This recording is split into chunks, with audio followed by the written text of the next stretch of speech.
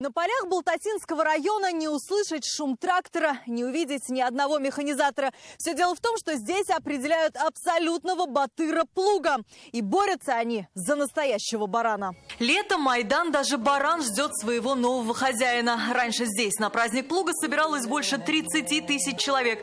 Сабантуя в этом году нет, но есть настоящие батыры плуга. Но и здесь 30 передовиков труда не выходят в традиционный круг почета, а садятся подальше друг от друга.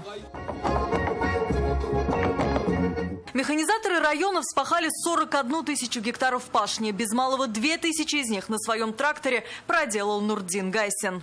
Это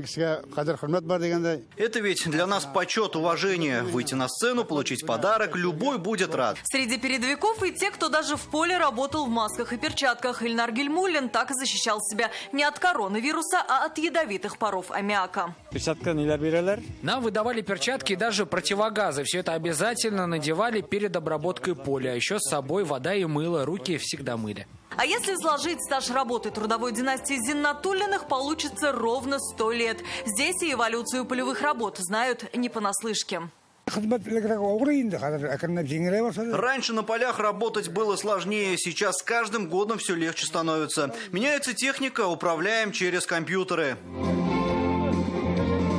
Абсолютным батыром стал Табриз Гайфуллин. Говорит, что на Майдан побороться за ценный приз никогда не выходил. И рост, и вес не позволяли. Поэтому этот баран для него первый и такой долгожданный. Перед всеми так высоко оценили. Первое место. Баран. Сразу на душе радостно стало. Такой подарок может быть только раз в году. И то, если повезет. Объединили все показатели весенне-полевых работ. Это и обработка, и культивация, и сев. После рассчитали, у кого самые высокие показатели, тот и стал победителем. Это были пару часов, когда механизаторов можно было увидеть в костюмах, белых рубашках. Говорят, что передышек до глубокой осени не будет. Сейчас это заготовка кормов, а там и уборка. Алия Хайрудинова, Данил Филатов, ТНВ, Балтасинский район.